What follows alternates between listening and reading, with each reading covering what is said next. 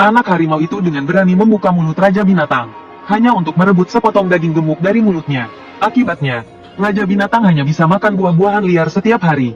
Dan Raja Binatang tidak berani melukainya, bahkan mengajarinya cara berburu mangsa langkah demi langkah.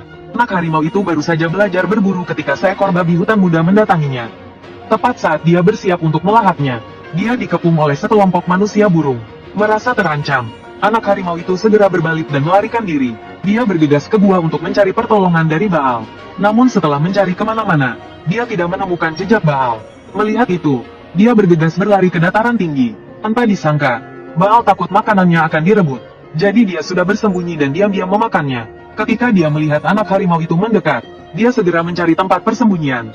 Manusia burung itu telah mengikuti anak harimau ke dalam gua. Adegan ini kebetulan dilihat oleh Baal dari tempat yang tinggi. Dia melihat mereka datang ke rumahnya untuk mencari masalah. Dengan marah, dia menggigit perban di kakinya. Manusia burung yang tidak menyadari apapun masih mencari di mana-mana. Segera mereka menemukan bulu harimau di dalam gua. Namun, hal itu membuat mereka ketakutan, karena harimau yang tinggal di sini sudah dewasa. Melihat itu, dia segera menunjukkan wujud aslinya dan berteriak kepada rekan-rekannya untuk segera pergi.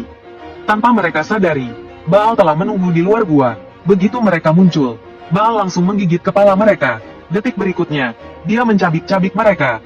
Baal menatap ke arah anak harimau itu pergi. Dia segera menyadari keseriusan masalahnya, karena dataran tinggi itu adalah wilayah manusia burung. Nyawa anak harimau itu pasti dalam bahaya. Sementara itu, jauh di dalam pegunungan, seekor harimau sedang berjalan terlatih-tatih di hutan. Dia adalah Doba, paman anak harimau itu. Sejak dikejar oleh Baal, dia bersembunyi untuk memulihkan diri. Sudah setengah bulan berlalu dan anak harimau itu belum kembali. Khawatir terjadi sesuatu padanya, dia menyeret tubuhnya yang terluka untuk mencarinya. Anak harimau itu telah sampai di dataran tinggi. Dari balik tembok, dia mencium aroma yang familiar. Saat dia berpikir bagaimana cara melewatinya, manusia burung yang bersembunyi di kegelapan tiba-tiba muncul dari langit. Namun, mereka meremehkan kekuatan anak harimau itu. Cakarnya digigit rata-rata oleh anak harimau itu. Lalu dia berlari kencang sambil menggigit cakar manusia burung itu. Manusia burung itu menangis kesakitan. Melihat itu, rekan-rekannya segera mengejar anak harimau itu. Saat dia melongokkan kepalanya, dia melihat pemandangan yang mengerikan. Doba telah menggigit putus kepala temannya. Dia langsung berteriak ketakutan. Jeritannya yang menggema menarik perhatian rekan-rekan di dekatnya. Manusia burung lainnya segera bergegas ke arah suara itu. Mereka berhenti tiba-tiba ketika melihat harimau di depan mereka. Tapi luka di kaki Doba segera menarik perhatian mereka. Jadi mereka menyerbu Doba bersama-sama. Mereka ingin membunuhnya dengan jumlah yang lebih banyak. Awalnya, Doba dapat dengan mudah menghadapinya. Tetapi untuk melindungi anak harimau itu, dia terkena serangan fatal. Menghadapi musuh yang kuat, kekuatan bertarungnya secara bertahap menurun. Namun, semakin banyak manusia burung yang datang. Untuk melindungi satu-satunya keturunan keluarganya, dia hanya bisa menggunakan tubuhnya untuk menahan semua serangan. Tepat ketika kedua harimau itu terpojok, sebuah kapak tiba-tiba terbang dari kegelapan dan menyelamatkan mereka. Ternyata Gaoli melihat bercak darah di luar gua, dan segera membawa perlengkapannya untuk mencari anak harimau itu. Sekarang, menghadapi manusia burung yang lemah ini, dapatkah dia lolos dari bahaya? Pemuda itu terlahir dengan kekuatan yang luar biasa. Di usia 6 tahun, dia bisa memukul kayu seberat ratusan kaki. Di usia 10 tahun, dia bahkan bisa berlari di dinding. Sekarang, untuk melindungi teman-temannya, dia sepenuhnya membangkitkan binatang buas yang tertidur di dalam tubuhnya. Dalam sekejap, otot-ototnya mengencang. Kemudian, dengan cepat, dia melepaskan energi bela dirinya. Dengan kekuatan yang tiba-tiba, dia melemparkan lawannya puluhan meter. Serangan secepat kilat itu membuat para manusia burung kewalahan. Tanpa diduga, pemimpin musuh licik dan berbahaya. Diam-diam, dia memerintahkan anak buahnya di bawah gunung untuk menyerang harimau itu. Sementara itu, dia sendiri menahan anak laki-laki yang lebih kuat. Setelah berbicara, dia melancarkan serangan fatal. Cakar ayamnya yang besar menekannya ke tanah. Meskipun anak laki-laki itu mengerahkan seluruh tenaganya, dia tidak bisa melepaskan diri. Saat dia menghadapi ejekan pemimpin manusia burung, kekuatan besar di dalam tubuhnya tiba-tiba meledak. Dia memaksa cakar ayam yang kuat itu terbuka. Melihat ini, pemimpin manusia burung langsung terkejut. Tanpa pikir panjang, dia segera mengayunkan cakarnya yang tajam ke arah anak laki-laki itu. Untungnya, anak laki-laki itu lincah dan menghindar dengan cepat. Dia berhasil lolos dari bencana. Dan pada saat ini, semua manusia burung di bawah gunung telah dibasmi oleh Baal. Meskipun dia selalu mengatakan bahwa anak-anak kecil ini suka membuat masalah, dia tetap mengikuti mereka agar mereka bisa menjaganya. Di atas, Gaoli hendak bertarung mati-matian dengan manusia burung. Ketika anak harimau tiba-tiba mencium aroma Baal, Ia kemudian menoleh ke arah pintu masuk Narai dan mengendus-endus. Seekor harimau yang perkasa terlihat berjalan perlahan menuju kawanan burung. Tanpa diduga, di detik berikutnya, terjadilah sesuatu yang luar biasa. Di bawah tatapan semua orang, Baal melangkah dengan moonwalk, perlahan menuju pemimpin manusia burung di atas. Melihat ini, semua orang langsung terkejut. Pemimpin manusia burung, yang belum pernah melihat pemandangan seperti ini, langsung panik. Dia buru-buru memerintahkan anak buahnya di bawah untuk menghalangi Baal. Namun, yang menyerang mereka hanyalah bayangan Baal. Wujud aslinya telah diam-diam menyerang dari belakang pemimpin manusia burung. Begitu dia tersadar, salah satu cakar ayamnya telah digigit putus oleh Baal. Kemudian, Baal membantingnya ke tanah. Baal mengira aksinya yang mulus akan membuat para manusia burung ketakutan. Lagi pula, lukanya belum sembuh. Dia tidak bisa bertarung lama dengan mereka. Siapa sangka mereka semua tidak takut mati. Mereka tetap menyerang Baal meskipun dia kuat. Melihat ini, Baal langsung marah besar. Dia meraih beberapa manusia burung, dan menghancurkan kepala mereka dengan cakar harimaunya. Lalu, dia menggigit dan menelan daging mereka. Pemandangan ini membuat para manusia burung ketakutan. Mereka langsung lari menuju pintu keluar. Melihat bahaya telah berlalu, Dao Bahu buru-buru bertanya kepada Baal mengapa dia datang untuk membantu. Karena sebelumnya dia masih memburu mereka. Mendengar ini, anak harimau dan pamannya buru-buru menjelaskan. Setelah mengetahui seluruh cerita, Dao Bahu langsung pingsan. Saat kedua harimau itu berbicara, pemimpin manusia burung diam-diam melarikan diri. Tetapi Baal belum menanyakan tujuan kedatangannya ke sini. Melihat ini, dia menggunakan cakar pemimpin manusia burung untuk memancing anak harimau. Dan menggunakan baunya untuk melacak pemimpin manusia burung. Mencium aroma daging, anak harimau langsung meneteskan air liur. Dia segera mengejar aroma pemimpin manusia burung. Saat mereka tiba, mereka melihat pemandangan yang luar biasa. Pemimpin manusia burung sudah tergeletak di tanah tanpa nyawa. Kepalanya sedang digigit perlahan oleh anak harimau. Dia adalah raja binatang buas yang terkenal. Dengan kekuatannya sendiri, dia bisa membunuh banyak monster. Sekarang, dia dipelihara sebagai hewan peliharaan oleh seorang anak kecil. Di bawah perawatan mereka yang penuh kasih sayang, harimau yang terluka parah itu perlahan pulih. Tetapi agar dia bisa mandiri lebih cepat, anak laki-laki itu harus berkeliling mencari tumbuhan obat. Setiap hari dia juga memberikan makanannya sendiri kepada harimau itu. Ketika Gaoli kembali dengan daging buruannya, dia melihat anak harimau yang lapar sedang meneteskan air liur. Tanpa disadari, daging itu direbut dan anak harimau itu kabur. Tapi arah larinya sepertinya memberi isyarat kepada Gaoli untuk mengikutinya. Anak laki-laki yang cerdas itu tanpa ragu mengikutinya. Setelah mendaki gunung selama 1 jam, anak harimau itu membawanya ke sebuah gunung yang jauh. Tanpa sempat beristirahat, dia melihat anak harimau itu mendorong pintu batu. Sebuah jalan kecil yang cukup untuk 2 orang terlihat. Gaoli bingung. Tidak tahu kenapa anak harimau itu membawanya ke sini. Setelah mereka keluar dari jalan kecil, mereka melihat tembok yang tinggi. Gaoli yang waspada melihat sekeliling, tapi dia tidak menemukan sesuatu yang aneh. Namun, ketika mereka membuka pintu, mereka melihat pemandangan yang mengejutkan. Bahkan Gaoli yang biasanya tenang pun berkeringat dingin. Di depan mereka ada seorang pria parubaya yang kurus kering, tinggal menunggu ajal. Lehernya dibalut perban penuh darah. Kepalanya juga penuh luka. Dia tampak seperti orang mati. Melihat ini, kaki Gaoli gemetar. Dalam hatinya dia bertanya-tanya apa yang terjadi, sampai pria itu terluka parah seperti ini. Tanpa pikir panjang, dia meletakkan tumbuhan obat di bahunya. Lalu dia mengambil lesung dan mulai mengolah obat. Sambil mengolah obat, dia menenangkan anak harimau itu agar tidak terlalu khawatir. Dia akan melakukan yang terbaik untuk menyelamatkan pria itu. Sementara itu, kakak beradik berambut putih sedang bermain kejar-kejaran. Sang kakak berteriak agar adiknya berhati-hati. Teriakan ini malah membuat adiknya semakin berani. Dia melompat ke arah tebing. Ternyata dia ingin mencari jalan pintas di tebing untuk menemui Gaoli. Tiba-tiba 2 kambing gunung muncul menghalangi jalannya. Melihat itu, anak laki-laki itu mencoba menghindari mereka dan melewati batu di atas. Karena tidak memakai sepatu, kakinya terpeleset dan dia jatuh. Melihat adiknya dalam bahaya, sang kakak mencoba menangkapnya. Namun, batu itu lepas dan dia ikut jatuh. Saat mereka mengira akan mati, seseorang muncul dan memeluk sang kakak. Kakinya menjepit adiknya yang jatuh. Ternyata yang menyelamatkan mereka adalah Gaoli.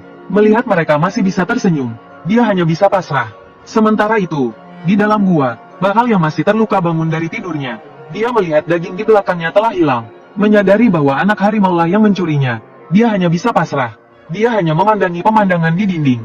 Saat dia melamun, Dao Bahu tiba-tiba muncul. Teringat pertarungan berdarah mereka sebelumnya. Dia bertanya pada Baal kenapa dia tinggal di sini, dan kenapa dia menipu anak harimau itu untuk tetap di sisinya. Mendengar ini, Baal langsung membantah soal anak harimau yang mencuri daging. Tapi Dao Bahu terus mendesaknya untuk menjelaskan.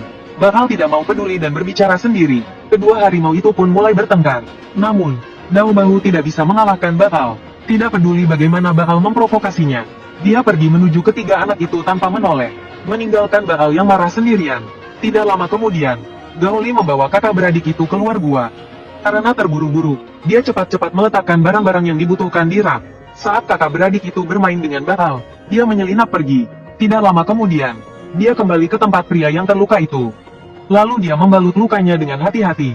Gadis itu menyiapkan sup dan makanan yang cocok untuknya. Untungnya, pria itu memiliki fisik yang kuat, jadi proses pemberian makan berjalan lancar. Selama proses tersebut, gadis itu terus bertanya pada anak harimau mengapa dia mengenal pria itu. Melihat perban yang penuh darah, gadis itu bergegas menyiapkan yang baru. Tak lama kemudian, dia membalut lengan pria itu. Sementara itu, anak harimau yang bosan terus membuat onar. Tiba-tiba, sebuah suara terdengar dari belakang. Ternyata, kakak beradik berambut putih muncul di hadapan mereka. Pada saat yang sama, di paviliun Tianji yang jauh, si kumis tipis sedang merencanakan konspirasi yang mengerikan. Dua manusia dan seekor harimau tiba-tiba berlutut di hadapan binatang buas yang terluka itu. Karena anak harimau mencium aroma ayahnya pada binatang itu, tanpa pikir panjang, mereka mengangkat binatang itu sebagai ayah angkat. Dengan perawatan mereka yang telaten, kondisi binatang buas itu berangsur pulih. Dan perlahan-lahan mulai sadar, mereka tidak menyangka akan menghadapi masalah besar. Tiba-tiba, gadis itu tertidur tanpa disadari. Melihat ini, Gao Li bergegas menggendongnya kembali ke desa. Tanpa mereka sadari, binatang buas itu mulai menunjukkan tanda-tanda akan bangun.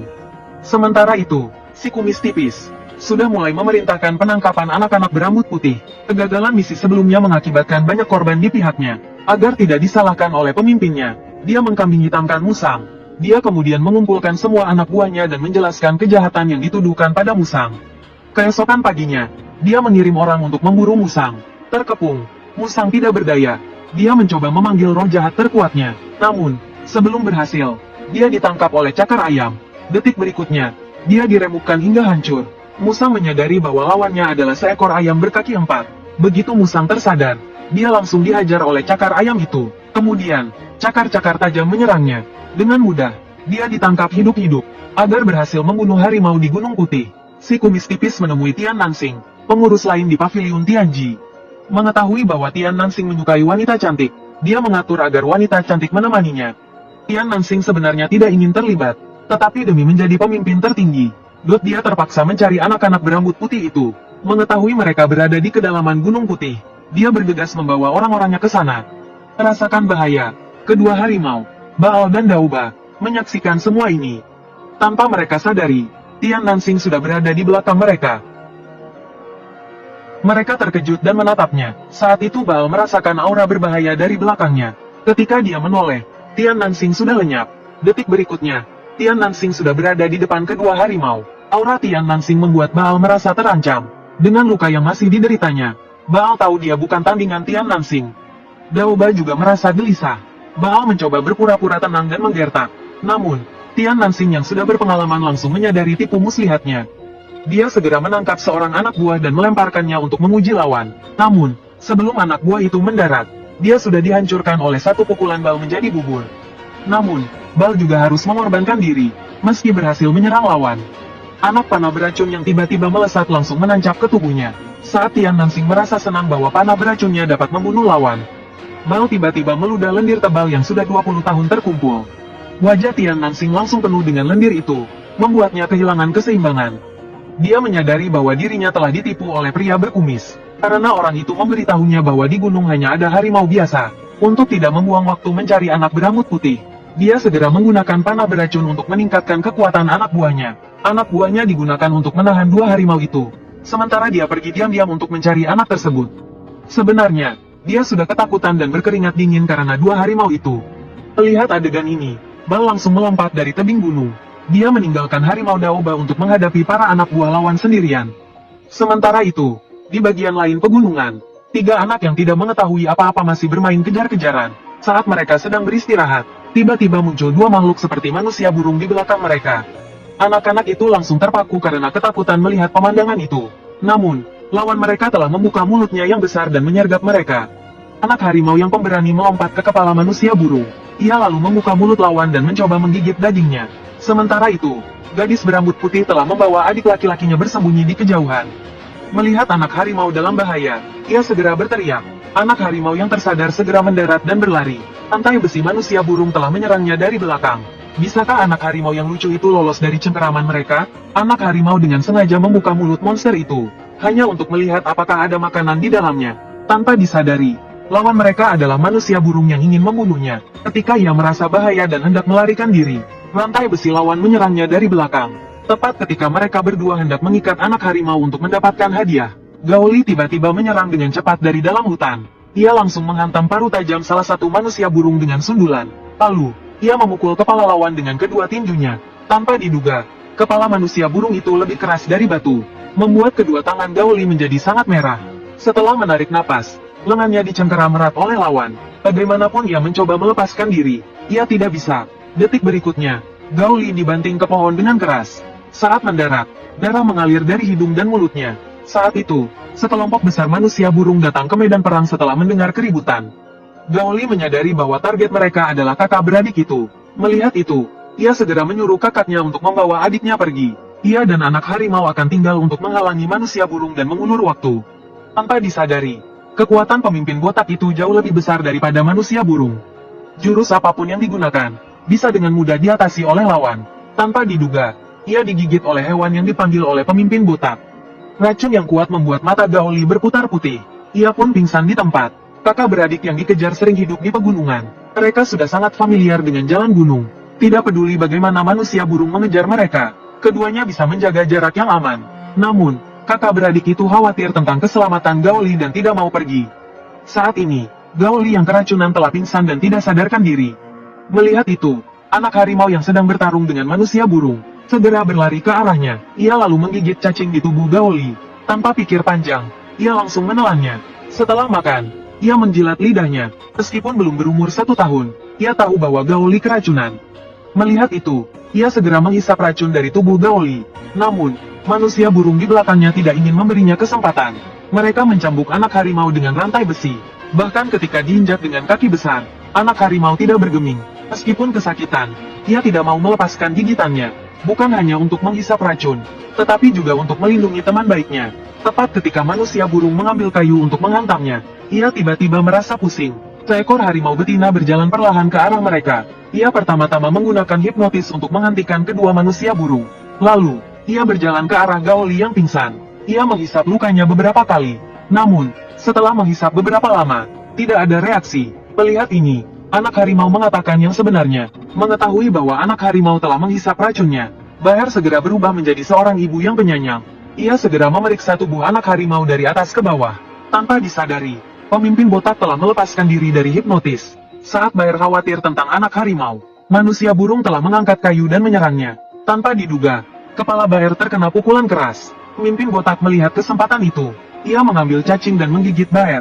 Namun, Baher berbalik dan mencabiknya dengan cakarnya. Cacing itu ditelan lagi oleh anak harimau. Pemimpin siput perlahan datang ke medan perang. Hal ini membuat Baal bingung. Manusia burung dan siput adalah musuh alami. Bagaimana mereka bisa bekerja sama? Sebelum Baal selesai bicara, ia sudah membuat marah pemimpin siput. Dengan marah, ia langsung menyerang Baal. Hanya dengan 2 gerakan, Baal terpukul dan terlempar. Lalu ia ditekan ke tanah dan digosok-gosokkan dengan keras. Saat ia hendak mematahkan kepala siput itu, ia merasakan aura berbahaya mendekat. Setelah dia mati, ternyata itu adalah Tian Nansing. Agar bisa menangkapnya, Baal memikirkan sebuah rencana yang sempurna. Ia dulunya adalah raja binatang buas yang ditakuti. Hanya dengan 1 tamparan, ia bisa menghancurkan musuhnya. Tapi sekarang, ia dipukuli tanpa bisa melawan, dan ia tidak berani membalas. Ia hanya menggigit anak harimau kecil dan berjalan perlahan ke gua. Ia berkata, "Jangan keluar apapun yang kau dengar. Kalau tidak, teman baikmu akan mati karenamu." Apapun yang dikatakan anak harimau kecil, ia tetap menurut. Saat itu, seorang manusia burung datang membawa kapak di belakangnya. Sebelum sempat bereaksi, ia dijatuhkan oleh Baal.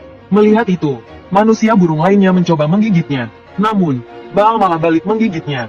Hanya dalam 2 detik, ia melumpuhkan 2 manusia burung raksasa. Lalu ia menggunakan tubuh mereka untuk menutupi pintu gua, mencegah anak harimau keluar.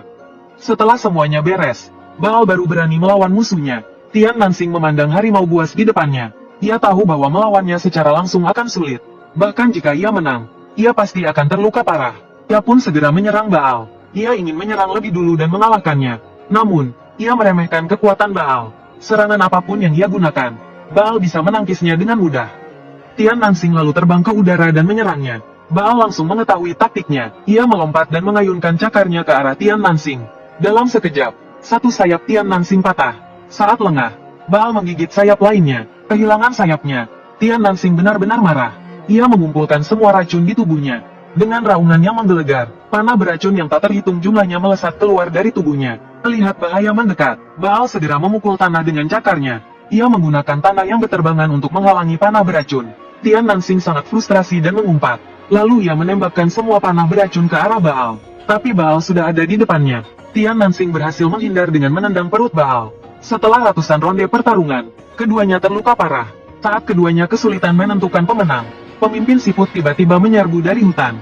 Saat ia hendak menyerang Baal, Tian Nansing memanggilnya. Begitu mendekat, Tian Nansing mencekik lehernya. Dalam sekejap, semua energinya dihisap oleh Tian Nansing. Tapi ia tidak mengeluh. Ia berkata dengan sopan, "Tuan, selama Baal disingkirkan, aku rela mati." Namun, Tian Nansing sudah kehilangan semangat juangnya. Ia tahu betul bahwa ia tidak bisa mengalahkan Baal. Sebagai tuan, ia tidak bisa mengatakannya secara langsung. Saat ia mencari alasan, ia melihat dua bersaudara di atas gunung. Tian Nansing pun menemukan alasan untuk pergi. Ini adalah waktu yang tepat untuk menangkap anak berambut putih. Saat ia hendak berbalik, rasa sakit yang mencabik-cabik tiba-tiba terasa di perutnya. Terlihat pinggangnya telah ditusuk oleh ekor siput. Ternyata, sebelum Tian Nansing datang, Baal telah mengatakan kepadanya bahwa ras mereka tidak akan selamanya bergantung pada orang lain. Selama dia membantu menghabisi Tian Nansing, tidak akan ada manusia burung yang berani menggertak mereka. Awalnya dia ragu apakah akan membantu Baal atau tidak. Sekarang, melihat Tian Nansing hendak melarikan diri, dan mengingat bagaimana rasnya ditindas, dia hanya bisa percaya pada Baal dan mempertaruhkan segalanya untuk mengalahkan Tian Nansing. Melihat rencananya berhasil, Baal tersenyum licik. Tian Nansing, yang lolos dari maut, segera memanggil anak buahnya untuk menghalangi Baal yang mengejarnya. Namun, para anak buah yang lemah itu dengan mudah dikalahkan. Melihat hal ini, Tian Nansing segera memerintahkan anak buahnya untuk melepaskan segel dua manusia burung raksasa. Tepat saat dia terdesak oleh Baal, tanah tiba-tiba bergetar hebat seperti gempa bumi. Terlihat dua burung raksasa itu berlari ke arah mereka. Saat Baal melihat lebih dekat, dia menyadari bahwa anak harimau itu ada di dalam mulut salah satu burung. Anak harimau itu bisa makan 3 babi sehari, dan setiap hari juga merebut makanan dari mulut harimau ganas. Kini, ia tertelan oleh musuh dan nyawanya dalam bahaya. Melihat ini, harimau itu langsung panik. Ia mencoba melompat untuk menyelamatkan anaknya, tapi jaraknya terlalu jauh dan hanya mengenai mulut raksasa burung itu.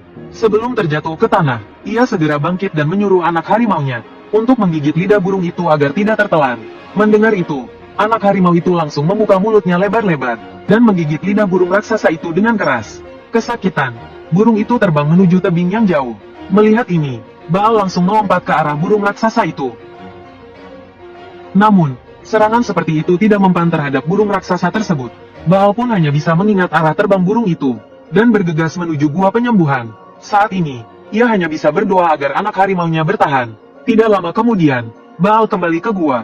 Ia mengulurkan tangannya dan mencoba menarik sebuah lubang. Namun, lubang yang biasanya bisa dilewati dengan mudah, ini tidak bisa dimasuki. Ia menyadari bahwa batu raksasa itu telah berubah. Jelas, burung raksasa yang membesar telah menekannya. Ia pun mencari batang kayu untuk mengungkit batu itu. Saat itu, kedua kakak beradik dan Gaoli tiba di tempat itu. Baal segera menceritakan keadaan anak harimaunya. Mendengar itu, keduanya langsung menangis. Baal menyuruh mereka mengejar burung raksasa itu, karena ia tahu mereka sangat cepat. Lalu, ia mengerahkan seluruh kekuatannya, dan berhasil memisahkan kedua batu raksasa itu. Ia segera masuk ke dalam gua, dan mengeluarkan sebuah karung putih. Di dalamnya terdapat 3 pil obat penyelamat. Pil itu dirampas dari si ayam jantan di episode kedua. Si ayam jantan pernah mengatakan pil itu dapat menyembuhkan luka dengan cepat. Namun, Baal tidak yakin apakah perkataannya benar. Melihat kondisi Gaoli yang kritis, ia memutuskan untuk mencobanya. Ia pun memberikan pil itu kepada Gaoli. Tak lama kemudian, luka Gaoli hampir sembuh total. Sementara itu, kedua kakak beradik berhasil menyusul burung raksasa itu sesuai petunjuk Baal. Namun, tebing di depan menghalangi jalan mereka. Melihat burung itu semakin menjauh, anak laki-laki itu menangis karena khawatir dengan anak harimau.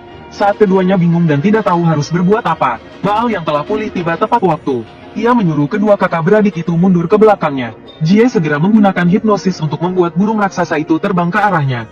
Tanpa diduga, ketika anak laki-laki itu melihat anak harimau di mulut burung itu, Dia kembali menangis histeris. Hal ini membuat burung raksasa yang tadinya terbang ke arah mereka langsung terkejut. Dan berbalik arah terbang menjauh. Melihat hal ini, Bar tidak ragu lagi. Dan segera menyuruh kakak beradik itu kembali ke gua untuk merawat Gaoli. Dia berjanji akan menyelamatkan anak harimau di mulut burung raksasa itu. Setelah menjelaskan semuanya, dia dengan cepat berlari menuju burung raksasa itu. Detik berikutnya, dia tiba di tepi tebing, dan melepaskan semua kekuatannya. Seperti anak panah yang lepas dari busurnya, dia melesat menuju burung raksasa itu. Dalam sekejap mata, jaraknya dengan burung itu hanya tinggal beberapa meter. Sebelum burung raksasa itu sempat bereaksi, Bar telah menggigitnya. Dia langsung menggigit putus salah satu sayap burung itu. Kehilangan kemampuan terbangnya, burung itu jatuh dengan cepat. Untungnya, ketiganya jatuh ke dalam sebuah kolam, sehingga nyawa mereka terselamatkan. Saat Bar hendak menyelamatkan anak harimau, api bambu kastanya di dalam tubuhnya tiba-tiba meletus. Seketika dia merasakan sakit yang luar biasa. Panas yang membakar membuat Bar melepaskan kekuatan yang dahsyat. Dalam sekejap mata, dia membelah mulut burung raksasa itu menjadi dua. Anak harimau yang lolos dari maut, melihat pemandangan di depannya dan langsung terpesona. Kemudian, dia langsung menggigit ke arah api beracun. Sementara itu, kakak beradik itu telah tiba di gua. Dengan perawatan mereka yang telaten, Gaoli perlahan-lahan sadar kembali. Saat ketiganya bersorak gembira, Bar tiba di hadapan mereka sambil menggigit anak harimau itu.